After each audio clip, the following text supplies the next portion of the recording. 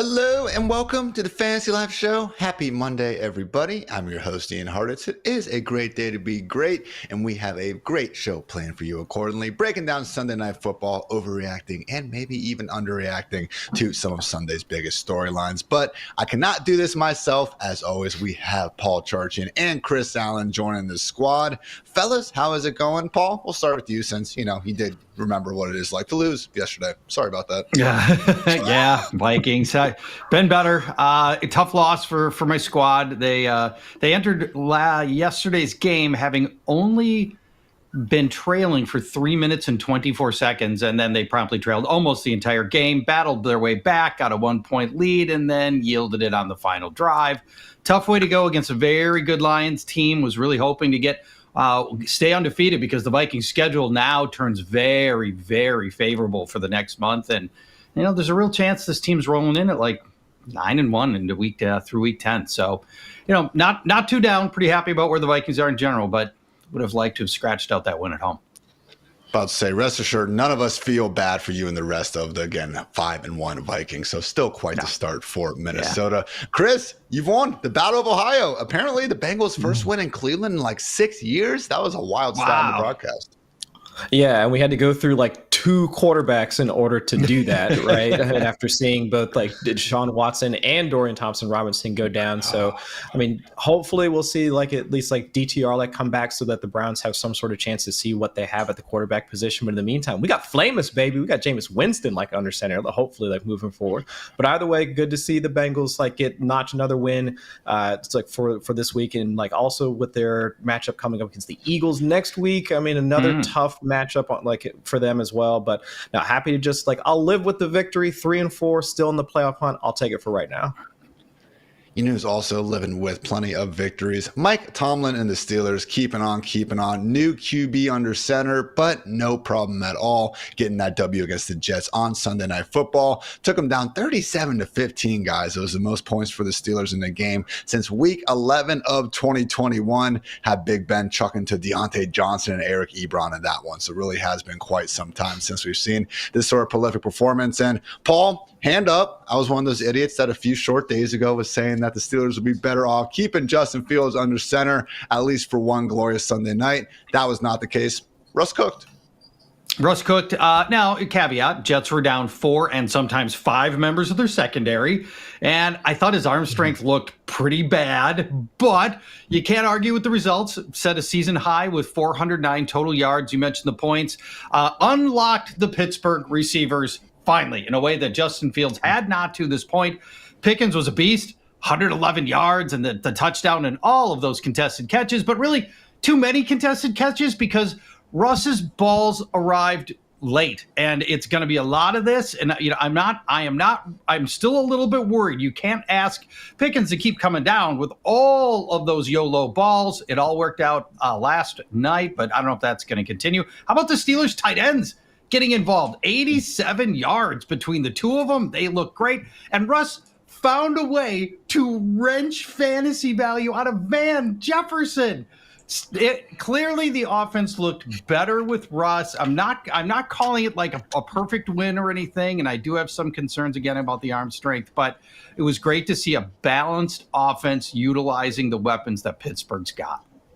Mm-hmm. Certainly got some help from his friends on those downfield balls. I'm with you, Paul. Not exactly seeing prime Russ out there, but certainly was an upgrade over what Fields was bringing to the table, particularly downfield. On passes at least 15 yards downfield last night. Russ went 4 for 5, man, and we saw Fields go 3 for 15 over his previous 2 games when throwing the ball again that far downfield. So, Chris, obviously we expect this to be good news for George Pickens, but really was the perfect marriage because not only did we get, let's face it, some more accurate opportunities for him to catch downfield, but we also got that elusive 94% route rate, which I'm sure our resident utilization expert Twain McFarland was happy to see this morning because let's face it, man, that sort of just every down roll has not been a given inside Arthur Smith-led offenses. Right, and I think just the fact that Russ was able to operate the passing game like on play action shot plays that is really inherent to the Arthur Smith type offenses. We saw that like when Arthur Smith was down in Atlanta, like what was it like when it was Marcus Mariota operating the offense? It was like a 40% play action rate, like something ridiculous, where league average is somewhere between 15 and 20%. Now, while it wasn't as high like for the Steelers on Sunday night, it was still, we needed that efficiency that was going to be there in order for the offense to continue to move, and that's what we saw out of Russ. I mean, Russ is like EPA per dropback, like on play action passes, like over like around like 0.5 like EPA per dropback. That's higher than Justin Fields at any point throughout the season so far. It allowed them to continue moving the offense, since that's how we saw both the run and pass game start to work in tandem with each other. And so while we've seen like flashes of Najee Harris here and there, and also like shots to George Pickens like here and there as well, like neither of the two parts of the offense like really came together until last night. So if like Russ is continuing to at least play efficiently, like be able to like work in guys like, I mean, Van Jefferson like getting into the end zone, and of course George Pickens doing his thing, and like regardless of like how the tight ends continue to contribute, if this is the type of efficient offense we're going to see moving forward, then this is probably what the vision for like the passing game was supposed to be, and like Russ is doing it like to a T, honestly. Next week, they'll look to take out the other half of New York against the Giants. Certainly not going to be the easiest matchup at the line of scrimmage, but hey, looking good for George Pickens and company. Even Najee Harris, guys, 101 yards on the ground and a touchdown as well, while splitting things up with Jaylen Warren. Of course, the other big debut we had going on yesterday was Davante Adams with gangrene. Didn't exactly see the production maybe some of us were hoping for, Paul. That said, not the easiest matchup against the Steelers. So end of the day, just 30 scoreless yards for Davante Adams on 9 targets. Shout out to Sam Wagman for actually pointing out that the 30 yards is Davante Adams' fewest receiving yards in a game with Aaron Rodgers since week 4 of the 2017 season. So Paul certainly did seem like there was a level of rust going on there. Yeah, a little bit. Targeted him 9 times, and so they made a real conscious effort to try to get the ball to Davante Adams. And I think it was not lost on anybody that the first end zone throw that Aaron Rodgers had was to Davante Adams. Did not connect, but made an effort to try to get him the ball in the end zone. Now, Adams ran 39 routes. Garrett Wilson ran 40. So, I mean, heavily involved in this offense, and I think that's going to be the case going forward. We had speculated, will Davante Adams ultimately help or hurt Garrett Wilson? The early return suggests it's going to help him. This is going to balance out defenses. They're going to have to play both sides relatively fairly and evenly. Garrett Wilson's going to see a lot easier coverage going forward. I love the fact that Adams was trusted with the full playbook, even though all the connections weren't there, here 6 days after the trade went down. Still feel really optimistic going forward that this connection is going to be better. Now, in totality, the Jets offense did not look great. I think we can agree.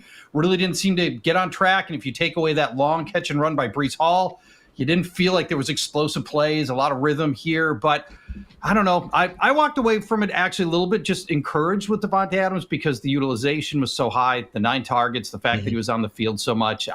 I think I'm going to be feeling a lot more confident about Davante Adams, even though the totality of the production was still low. Paul, you mentioned again, high route rates for both Garrett and Adams. Garrett was indeed out there for 100% of Rodgers' dropbacks. Yeah. Adams 98%, Lazard 63%, and then Mike Williams, for now, still a member of the New York Jets down there at 33%. So, Chris, again, we had the 9 targets for Garrett, 9 targets for Davante Adams, and 9 targets for the actual leading receiver, Breece Hall, who turned in another prolific evening at the office. So, again, it wasn't exactly this, firework-filled debut or anything, but Chris, looking ahead, Patriots, Texans, Cardinals, and the Colts, next 4 opponents for the Jets. I mean, they're going to be favored in 3 of those games, man. I would not be surprised if this passing game does start to gel in a major way against some lesser competition. Yeah, and we should expect it to, because this is their offensive identity. We saw in the first game, like after the coaching staff changed, their passing rates on early downs was one of the highest in the league. They were top 5, top 6 or so in early down passing rate, and that continued into week 7. I mean, the problem is and this has been the bugaboo for the Jets offense throughout the earlier parts of the season, was that they're not being as efficient on some of those plays. Regardless of the fact that they're going to be passing on the early downs, you need to at least put yourself into, let's see, an advantageous situation on obvious passing situations, 3rd, 4th down. So there's a bit more manageable. But right now, like they're sitting at around like 19th, 20th in success rate, like on those early down passing situations. And so if you're not really leaving yourself like much wiggle room, like not allowing like your playmakers in order to be in those like more like advantageous like spots, like when you really do have to convert your series and actually like continue to move the ball down the field, this is the type of production that we should expect. So unless like something changes, and to your point, Ian, a lot of the matchups they're going to see over the next like 2 to 3 weeks will allow them to do that. Going against the Cardinals, we don't really like, we're not going to be all too concerned about it. Going against the Patriots, we just saw them get dunked on by Brian Thomas Jr. Like that should be too much to be worried about. So I think over the next like few weeks, that offense like should be able to come together. And to Charcher's point earlier, a little bit of rust like for Devontae Adams and Aaron Rodgers, but you give them a few more reps up against like some weaker opponents, we'll probably see them start to light up the field again, just like they were back in Green Bay. Fun enough Sunday night football game. Got a Monday night doubleheader, fellas, and then we get into a week 8 slate with 0 buys. Not sure why, but that's just the reality we live in. So plenty of overreacting, underreacting ahead of us. But first, guys, want to give you some quick rapid-fire injuries to keep an eye on throughout this week. Of course, the main one was sadly Washington Commanders upstart rookie quarterback Jaden Daniels suffering a rib injury. Did not get immediate word back from Dan Quinn, but please, Jaden, be healthy ahead of what could be a very eventful week 8 matchup against Caleb Williams and the Bears. Also, guys, Deshaun Watson, as you have probably heard, expecting to miss the rest of the season with that Achilles injury. Need to accordingly, though, keep an eye on Dorian Thompson-Robinson, rather inexplicably ahead of Jameis Winston on the depth chart yesterday. He suffered a finger injury. Could be the difference between us getting a really fun matchup with Jameis, under center, or getting one of the few quarterbacks in the NFL who might actually be worse than Deshaun Watson. Aiden O'Connell also dealing with a thumb injury, so we'll see if we get Gardner Minshew coming out there. Talked to Dwayne last night and asked him if he changes his projections at all based on who's under center for the Raiders, and his answer was no. At wide receiver, DK Metcalf dealing with a knee injury. Not as serious, though, as kind of the carted to the locker room necessarily indicated, but keep an eye there. Brandon Ayuk dealing with a knee injury, and it is feared to be an ACL, so keep an eye out for that one. But 49ers could potentially be down their big $120-$30 million receiver. And Deebo Samuel's illness limited him to just 4 snaps yesterday. Need to obviously make sure that's not going to be a longer-term issue. Juju Smith-Schuster with a hamstring. Jordan Whittington with a shoulder. Both guys that, again, were not able to play through those respective issues for much, if any, of Sunday's game. Good news, though, Cooper Kupp is tentatively expected to return this Thursday, so we will be getting fantasies, longtime wide receiver 1 back in action. Also in New England, Demario Douglas with an illness and Jalen Polk with a head injury need to be monitored. And in Buffalo, Dawson Knox with a knee and Curtis Samuel with a shoulder just could help smooth things out again behind guys like Amari Cooper if we find out that they are going to be missing some time. So, guys, that was your rapid-fire injury report. And now a quick word to our friends over at New Era. Get my Steelers hat on. They earned it with that W. And guys, you can join the fight against cancer with New Era Cap, the official cap of the NFL. Each cap from the Crucial Catch collection not only represents your favorite team in bold colors, but also promotes the prevention and early detection of cancer. Wear your colors proudly and help us tackle cancer head on with the official cap of Crucial Catch. Charitable contributions are awarded by the NFL Foundation to the American Cancer Society. All right, guys, as we do every single Monday here on the Fantasy Life Show, it's time to panic. It's time to freak out, maybe even lose our composure. And accordingly, guys, let's talk about some Sam LaPorta. Chris, is Sam LaPorta the new Kyle Pitts? Because let's face it, arguably the biggest bust in fantasy football this year when we're excluding guys who have gotten injured. I won't say he's the new Kyle Pitts, because at least Kyle Pitts has all been theoretical. Right. Like we thought with him coming out of college, like we saw the athletic profile coming out like when he was at the combine. And then, of course, like once we got over to Atlanta, we were like, oh, we could see him. And of course, like he broke the rookie record. I get it for tight ends, but still, I mean, it was all theoretical as to what Kyle Pitts could be. But we saw what Sam LaPorta could actually be like in his rookie season. But I think the biggest change for LaPorta, and this has been the biggest change for the offense, has been in the passing game. I mean, the options that Jared Goff had has like in the passing game has now shifted to the point where we have Jameson Williams that we can rely on a week-to-week basis. Like he has even like Jahmyr Gibbs, who's popped in there for a few targets here and there. But I think so that's been like the largest shift so far that has really put like Sam LaPorta like as like the third option, like rather than like the first option. Because like last season, like when Jared Goff was under pressure, like he was targeting Sam LaPorta at around like 25% of the targets like last season. And that was with Amon-Ra coming in right behind him, even Josh Reynolds, Jahmyr Gibbs, like those guys like kind of mixing in. But when he was like when Jared Goff was under duress, he was looking for Sam LaPorta. This year, it's been Amon-Ra St. Brown, it's been Jameson Williams, like Jahmyr Gibbs. I mean, those are the guys that he's been looking to. And he's been also passing the ball a bit farther downfield as well. So if those are the guys that Jared Goff has been really trying to like hone in on, integrate into the offense a bit more, and Sam LaPorta has been a bit more of an afterthought. I mean, this passing game has really taken that like evolution that we wanted to see, right? We wanted to see more explosives out of this aerial attack. We wanted to see some of the like Jared Goff really starting to show that he could get past the allegations of like he can't really beat the blitz, and that's been like it's been on his back like since like that the Rams Patriots Super Bowl game, like however many years ago, and with him really starting to take more of a commanding lead in terms of like wanting to take the ball and like push it farther downfield. I mean, that kind of puts Sam LaPorta like in really that traditional like passing game tight end role where he's like the third option rather than the first.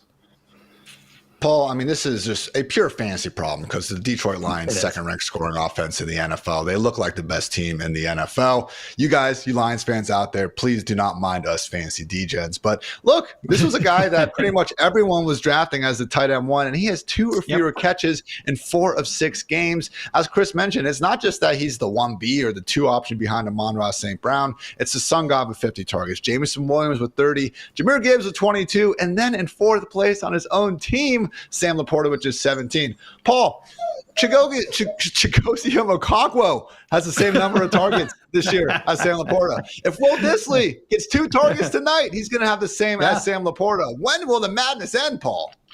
Well, you know, it won't hold this way forever, but I do fear that it is going to be spike game and then disappear, spike game, disappear. That's very possible. LaPorta was the first tight end off the board in most of our drafts, and for good reason. I mean, the rookie year was incredibly promising. The usage was way higher. Now we've got back-to-back 1-catch games from Sam LaPorta. He's averaging 2.4 targets per game. It's bad. I mean, he's you know, the utilization here is like at the Tim Patrick level. That's not what any of us expected. And one of the other things that's working against this, Chris said, I think, you know, all the major beats here, but this is just a run-first team. I mean, also working against LaPorta, in addition to all his own players who need the ball, is Ben Johnson and Dan Campbell. Detroit entered Sunday's game ranked 27th in pass play percentage.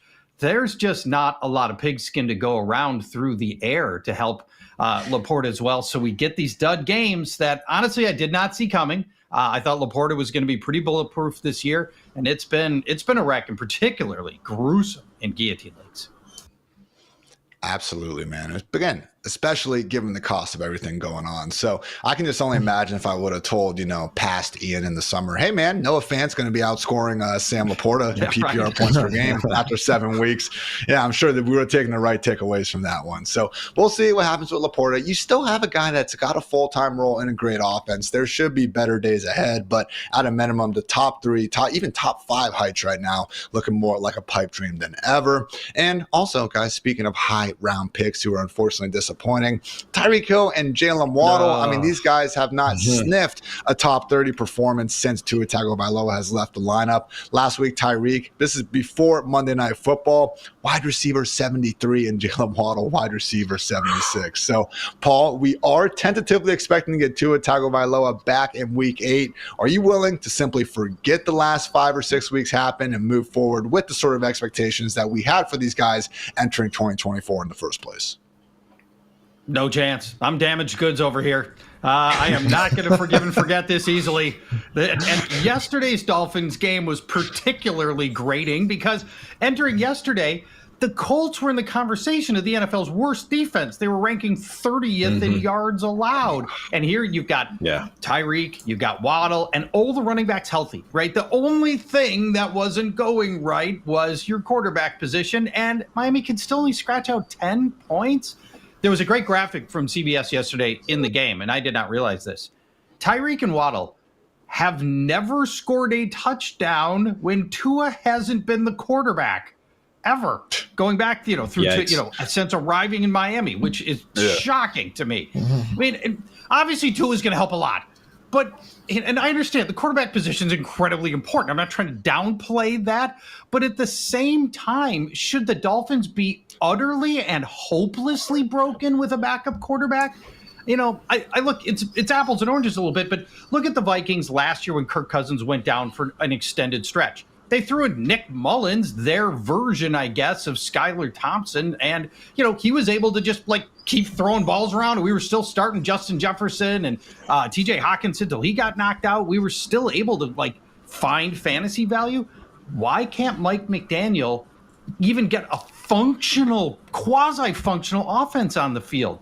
So, I don't know that it all immediately gets better. We'll be ranking Hill and Waddle this week as though, at least I'm going to start this week, as though Tua's coming back. But I'm not putting them right back where they would have been at the start of the season. I got to bake in some percentage chance that this offense has got more serious problems and that Tua may get knocked out of a game again.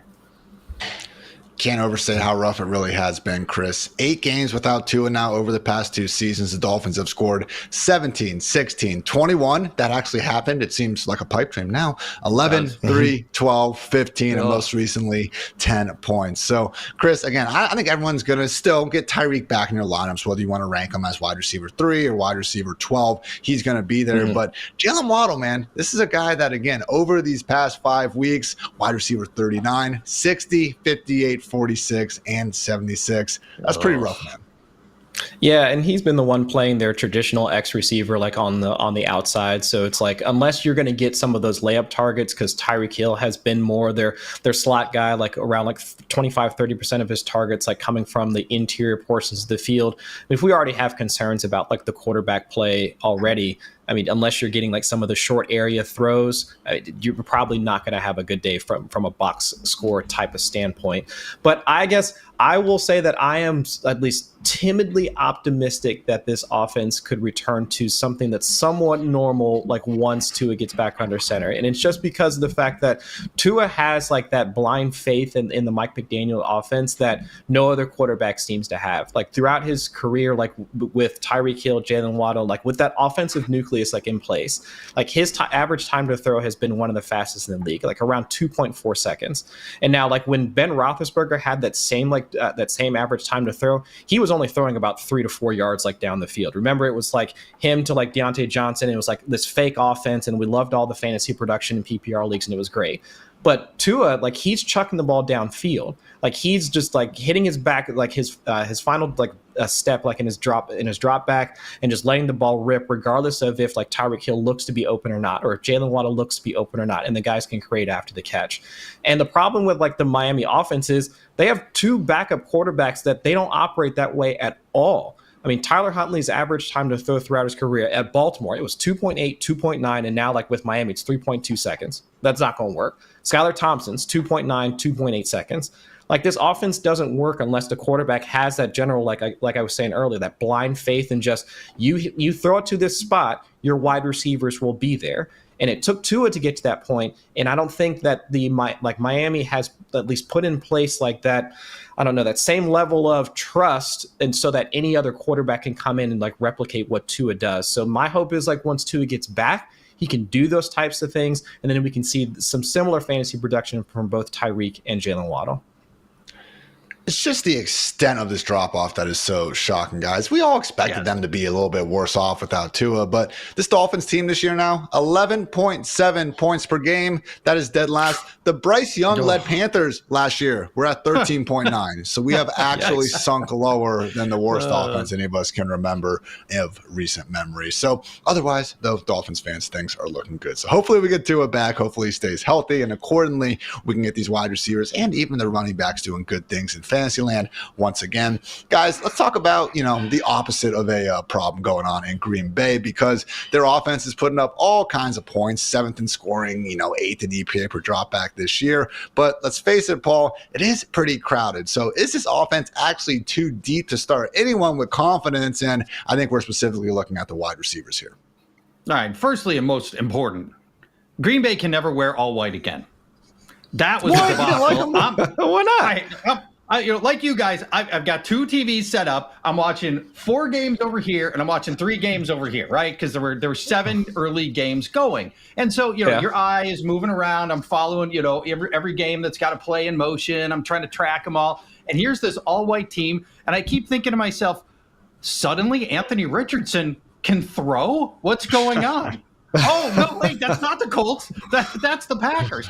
And furthermore, Green Bay pulls this stunt on a day when it's 72 degrees at kickoff. Is your winter, they called it the winter whiteout. You're Green Bay. You have all of November and especially December to have your big winter whiteout, and you do it on a 70-degree day in October. I would have missed opportunity. Because here's the thing. If they had done all the white jerseys in December during a snowstorm, that could have been super cool. They would have been in stealth mode. It'd have been like trying to watch the game we'd be looking like it was like the movie Predator, right? Where you can sort of see the outline of it, but you can't quite see what's there. That would have been awesome. Need an IR camera. Yeah. Exactly. We would have used, that's right. We'd have been IR camera. We'd have goggles, like night vision goggles on guys. That would have been so cool. Packers totally blew it. Packers have too much talent. You get Jontavian Wicks. You got Jaden Reed, Romeo Doubs. We've got Christian Watson. Tucker Kraft is now a threat. Look, we got 5 guys battling for a ball. And as good as Jordan Love is, you can't support 5 guys every week. Cannot do it. And I'm frustrated because, our job is to try to figure out, okay, which of these 5 are safe to start every week. I honestly think a lot of the times Matt LaFleur doesn't know who's going to come out of a game with a big game always. I feel sort of safe with Romeo Doubs. His fantasy finishes with Love have been okay, 45th, 48th, 12th, and this week he'll probably finish around wide receiver 20. Jaden Reed flopped badly last week, but he had been very safe, finishing with Jordan Love, 1st, 2nd, 22nd, and 25th. 4 good games out of 5 games. I feel pretty good about those 2. After that, it's tough. Watson and Wicks don't get a lot of reliable volume, and that makes it really hard to guess in any given game. Are they going to make good on 2 targets, 3 targets, 4 targets? Are they going to turn that into something special? Because sometimes they do. And then you follow it up the next week, and you put Watson and Wicks in your lineup, and you get nothing. So those are the guys that frustrate me the most. Tucker Kraft's really a fascinating study because he had 2 big games with Watson hurt, Romeo Doubs suspended. Then he did nothing. Then he came back with a good game this week with everybody there. It feels like Kraft is getting to the point where you can get him in your lineup and feel pretty good about it in the tight end hellscape. But even that one's not a sure thing here, and asking Jordan Love to support 5 guys is probably not reasonable. Tucker Kraft not in that much of a dissimilar situation than someone like Sam LaPorta, which, again, you said that a couple weeks ago. I think it means something a bit different than it does right now. But, again, someone that's going to be tough to rank outside the top 10. So, based on what we saw in Week 7 with all 4 wide receivers healthy, it was Jaden Reed leading the way with an 84% route rate. Actually, right there, Romeo Doubs, who was at 86%. Anyway, though, it was Christian Watson and Jontavian Wicks eating into each other and ultimately splitting things. So, to Paul's point, yes, Reed this year has been a stud wide receiver. 14 in PPR points per game. Just had that 1 week dud yesterday, and even then, guys dropped what would have been a 45-yard catch downfield. Obviously, would have been a lot cooler for the box score if you hauled that in. So, really, it does seem like Doubs is the other guy that deserves to be ranked inside the weekly top 48. I mean, could you guys imagine the fantasy reaction if Jontavian Wicks had just had the 2 weeks that Doubs actively did go out there and do? He's got the full-time role. He had 2 touchdowns in Week 6, 90 yards yesterday. So, really has been a nice stretch here for Romeo Doubs, who again deserves to be prioritized behind Jontavian Wicks. Chris, let's talk about kind of behind Jontavian Wicks, behind Jaden Reed. Excuse me, I'm even catching myself. Chris, let's talk about the opposite of a situation that we feel great all around about. The Indianapolis Colts passing game, led by the, let's face it, ever erratic Anthony Richardson, really has been looking rough over these past few weeks, and things have been made that much worse by the reality that we've seen what these wide receivers can do with a more stable QB under center, a la Joe Flacco. All right, so let's put this into context. How many full games has Anthony Richardson actually played through? Started and finished? What, 6? 6. So, come on. Before we say that he's a bust, before we say that they need to put Joe Flacco in, this is also the same prospect that had 13 college starts before getting drafted into the NFL as well. So again, Colts fans, I know you're probably going to just you're probably tired of hearing it or whatever, because we've been spoiled from an NFL standpoint. We've been spoiled. How many other rookies have come in and immediately lit up the NFL, right? From Jaden Daniels. I mean, even Bo Nix, we're starting to get some good production out of them. Any of the passers that you see right now that have come into the league over the past couple of years, like Joe Burrow, like Lamar Jackson, whatever the case, whomever the case may be. I mean, we've seen those guys come in and instantly be starters and good starters for their team. And for Richardson, it's going to take a bit of time.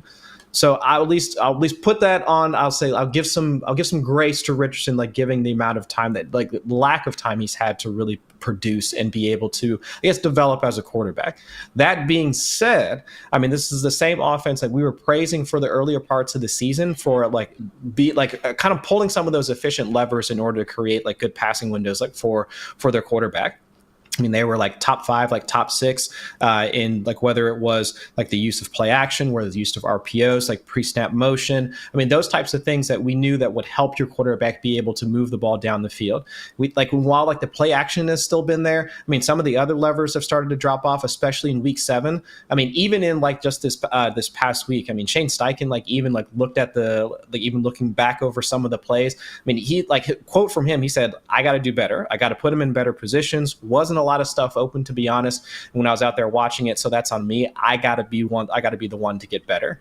I mean, this is also a team that is also predicated more on their rushing production. I mean, without having Jonathan Taylor out there, and we're relying on Tyler Goodson, Trey Sermon in order to get stuff done. I mean, they're really putting themselves into disadvantageous situations once they come into obvious passing downs, 3rd or 4th down. I mean, they're 27th in early down passing rate, but under 50% in terms of success rate from a passing situation. So if Richardson is at this point a net negative, from a passing standpoint, not really able to get the ball to Josh Downs or Michael Pittman and create and allow them to create after the catch. And we're relying more on the rushing production, which isn't there on Jonathan Taylor. This is going to be something that where you're not going to get the full on efficiency that you would expect from a Anthony Richardson led offense. The good news is, I mean, 14 carries, 17% scramble rate. So at least the rushing is there for Richardson. But from a passing standpoint, I'd say let's give him some time. Let's give him let's allow Shane Steichen to work with him a bit more to find the scheme that best fits him. And I think their upcoming schedule, I mean, they've got Houston next week. I mean, then Minnesota, Buffalo, the Jets afterwards, and all that. Great, but at least we got 1 week. Yeah, 1 week, I would say, to at least see what we can do if him and Steichen get on the same page. We have seen Richardson face his Texans defense 2 times in his short career, had that, memorable 17 fantasy points and 18 snaps game as a rookie, and then was the overall QB4 back in week 1, which does admittedly feel like forever ago. So that is the thing, guys. As much as, again, we have not seen that upside over the past 3 weeks, the first 3 full starts of his career, we got 3 straight overall QB4 finishes. So I would like to think better days are going to be ahead again, as long as he continues to hopefully mature as a passer, which would make sense given the guy's only got as few starts as he does, to Chris's original point. Paul, let's talk about another kind of quarterback situation we got going on, because yes, in Cleveland, Deshaun Watson presumably done for the year with the Achilles injury, and everyone would have been so hyped if the Browns just simply gave their backup quarterback Jameis Winston the job. But no, we cannot have nice things, Paul. Dorian Thompson-Robinson, QB1 now in Cleveland. What are we doing?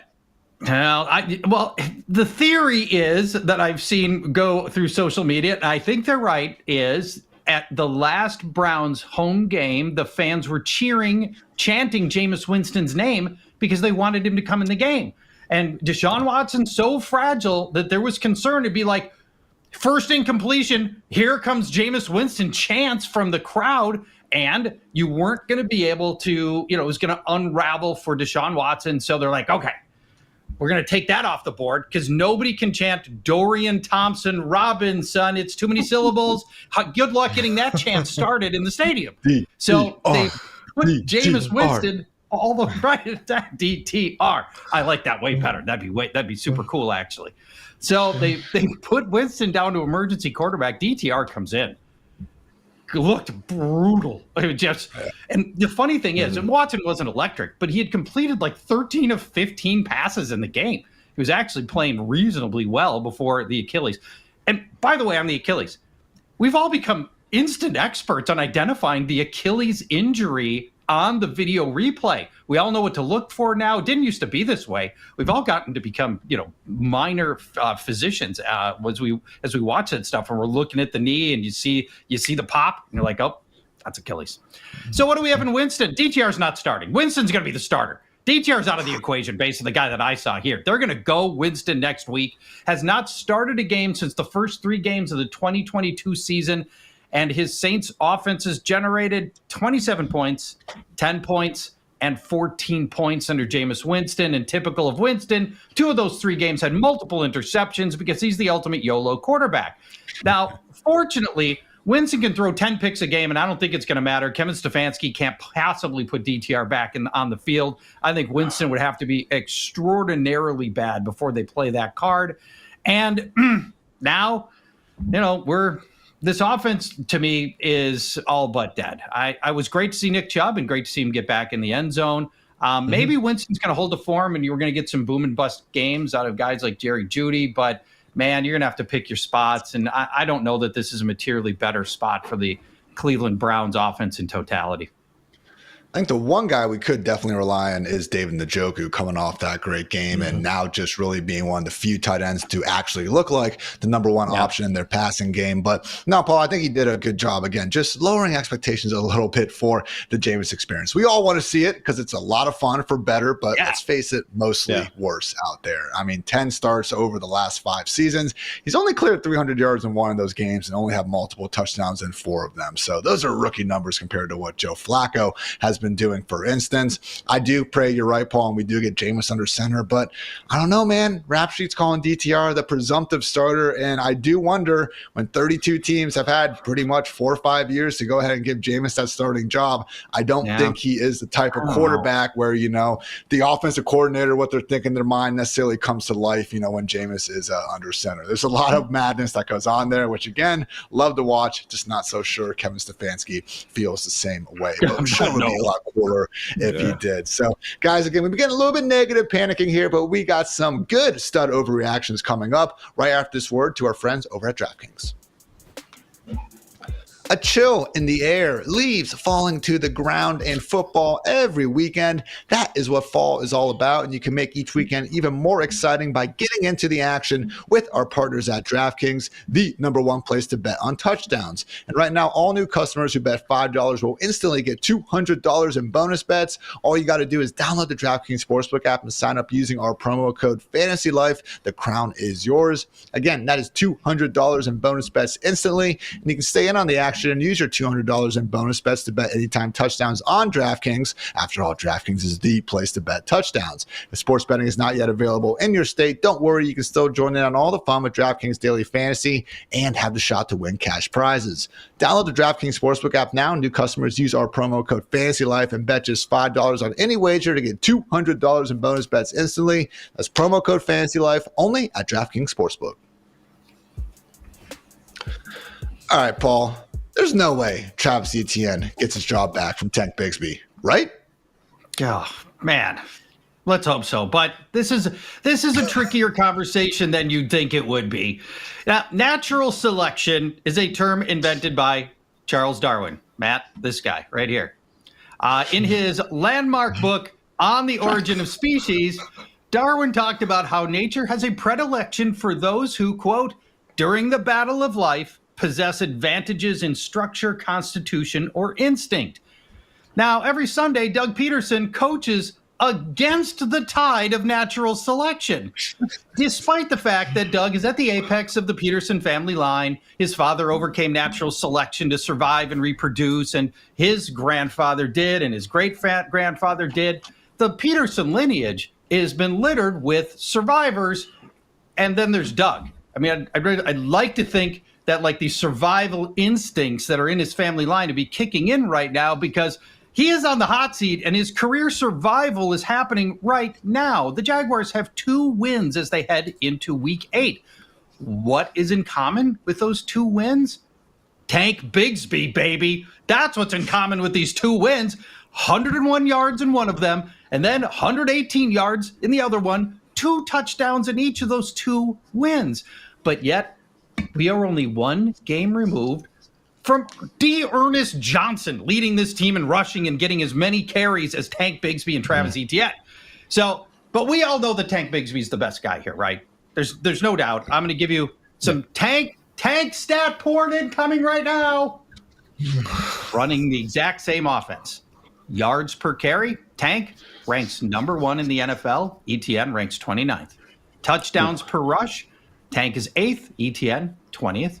Avoided tackle rate, Tank is 2nd. Etienne is 27th. And yards after contact, Tank is number 1. Etienne is 25th.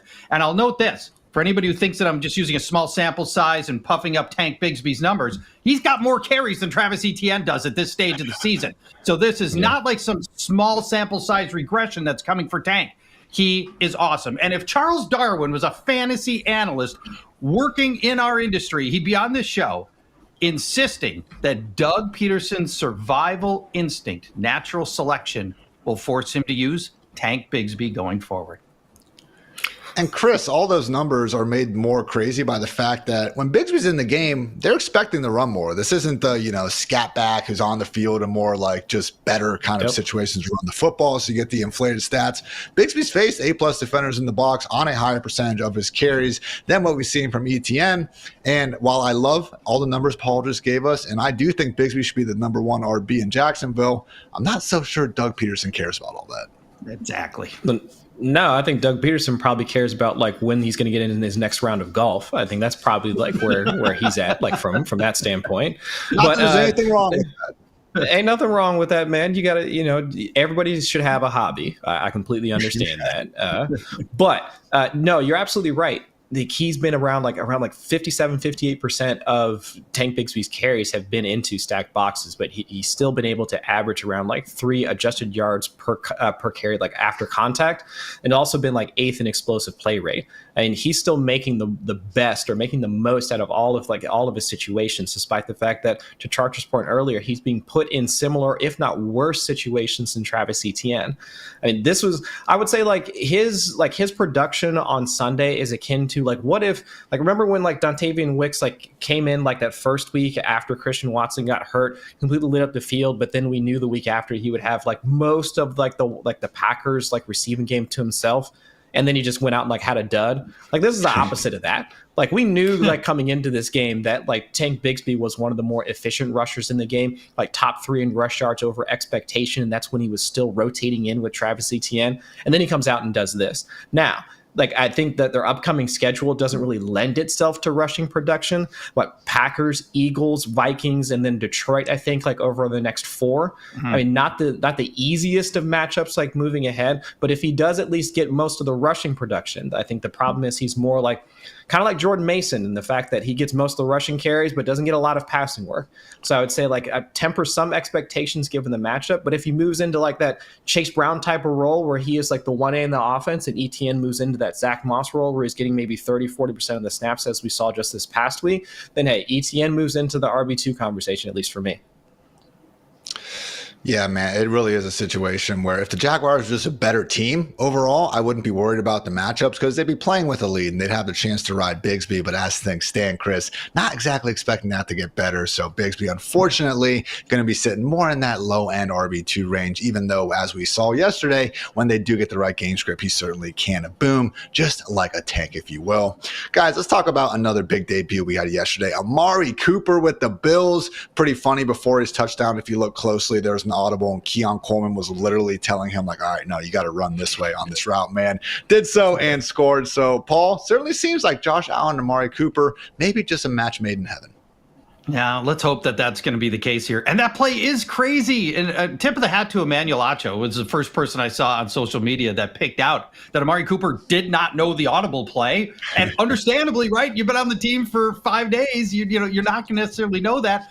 And I've been trying to think like, okay, you're Keon Coleman and Amari Cooper turns to you and he doesn't know the play.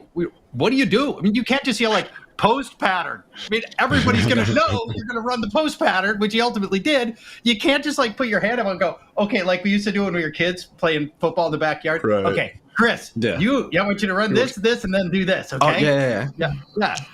You can't really do that.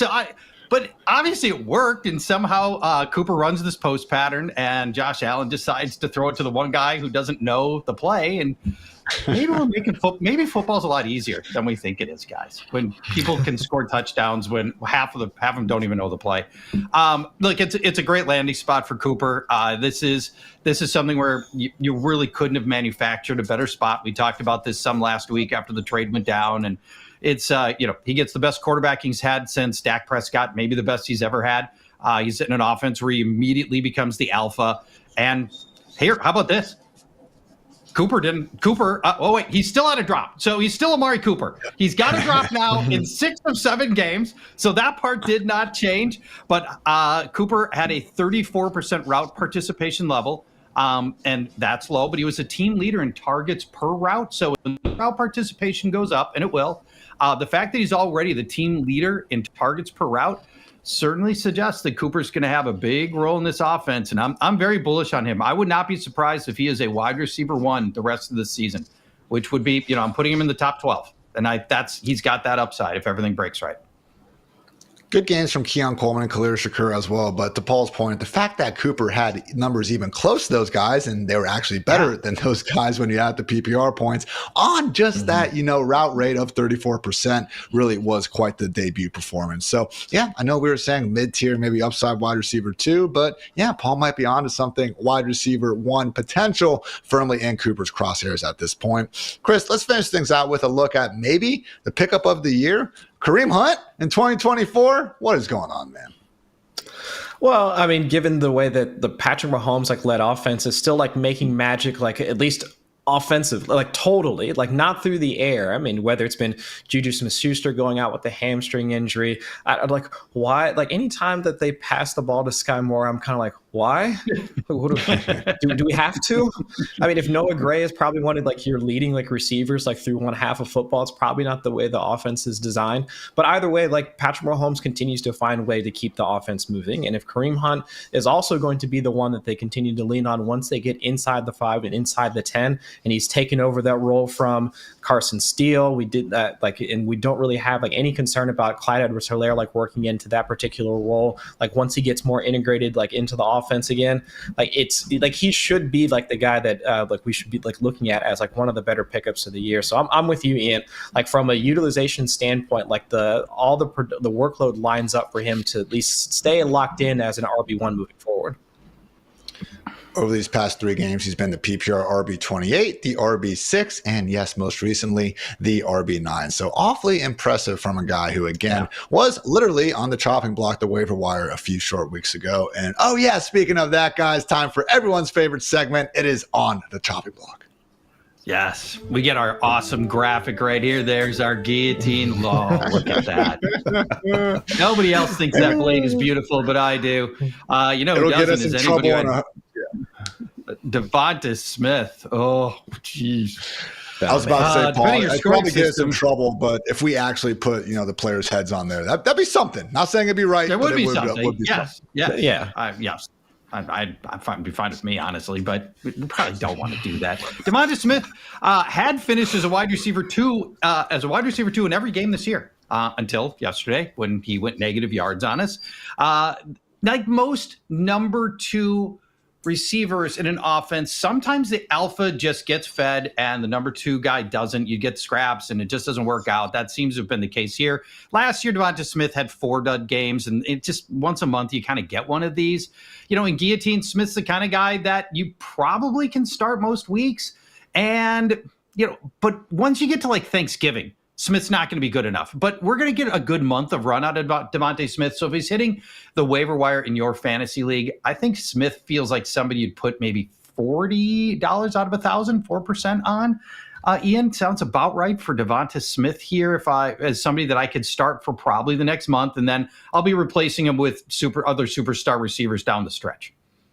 Conveniently does have a great schedule over the next month, even month and a half. Bengals, Jaguars, Cowboys, Commanders, Rams, Ravens, and Panthers up next for the Eagles. How about CJ Stroud, though, Paul? Someone who threw for only 86 yards yesterday.